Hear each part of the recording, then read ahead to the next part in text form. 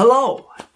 This week's episode is Passage for Trumpet, and I have so many notes. This has a Give Blood poster. They were common during the war, Second World War, and then they sort of tapered off. But seeing these sort of... This was before it was deeply privatized. But you see them around, especially in wartime propaganda. It looks really cool. I just noticed it in the background. He gets hit by a truck, and it's not sped up more than just a tiny little bit. So it's pretty neat. It's a pretty neat shot. It's not a very wide motion of the actual truck when it impacts him, but I'm happy that they didn't go with a sped up footage and then rapid close down. So it looks pretty cool. I like it.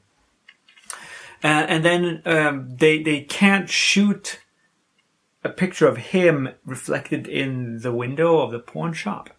It's not. I mean, you can, but it's really difficult. So they went with a glass plate shot, and they just blocked in a sort of half opacity picture of him in the window. I think it's the logical way to go about it, because otherwise it'd be very, very difficult to do. So he has no reflection when he's in limbo. You're told this, and it's a very nice shot. They put up two foyers next to each other with a glass plate between, so that it looks like a mirror. They can go tap it and all that stuff, but it is an actual mirror. The effect is somewhat marred by the fact that he does have a reflection, and just not in the mirror. So when he's standing by the ticket booth, and then again later with the jukebox, he actually casts a reflection in that glass.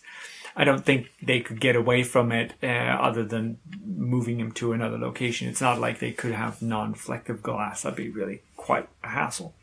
I'm not sure how the limbo invisibility thing works. I mean, he's taking things and then having a shot and all that stuff, but those rules aren't that important, to be honest.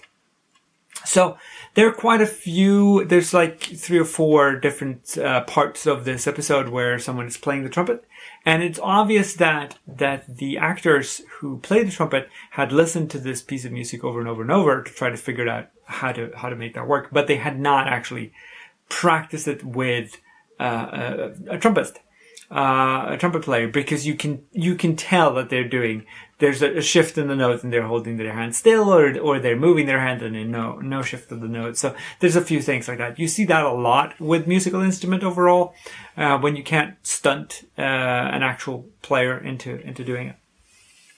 So he meets Gabe, short for Gabriel, who is of course an angel.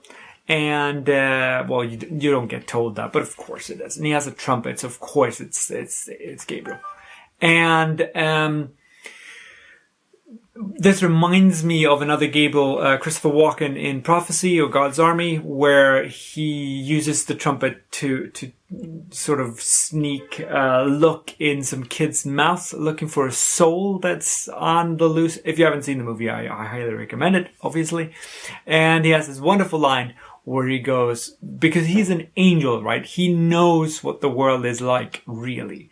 And then when he's shooed off by a school mom, he says, study math, children. It's the key to the universe, which is, of course, just hypocrisy on his part.